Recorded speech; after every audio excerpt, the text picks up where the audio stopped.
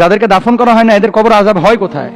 আপনারা যে বলেন যে কবর আযাব হবে, আপনারা যে বলেন কবরের মধ্যে প্রশ্ন আসবে, তো যাদেরকে কবরই নেওয়া হয় না, বিমান ক্রাশ করে সাগরে পড়ে গেছে, এখন এই মানুষগুলো কিভাবে মুনকার প্রশ্ন করবে? প্রশ্ন জাগে না?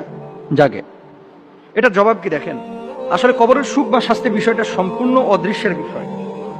জ্ঞান বিজ্ঞান কিংবা যুক্তি দিয়ে আপনি কবরের জগৎকে ফিল করতে পারবেন না, অনুভব করতে পারবেন না। তো কিভাবে অনুভব করবেন? আল্লাযীনা ইউমিনুনা বিল গায়ব। আরে ইমানের পরিচয় কি? যে অদৃশ্যের প্রতি আপনি বিশ্বাস স্থাপন করবেন। আল্লাহর প্রতি যে ইমান এনেছেন, আল্লাহরে দেখছেন, আপনি দেখেন না, আমিও দেখি নাই।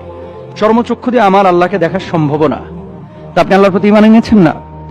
বাতাস আপনি দেখেছেন, ধরা যায়, ছোঁয়া যায়, বিশ্বাস করেন না যে বাতাস বলে কিছু আছে?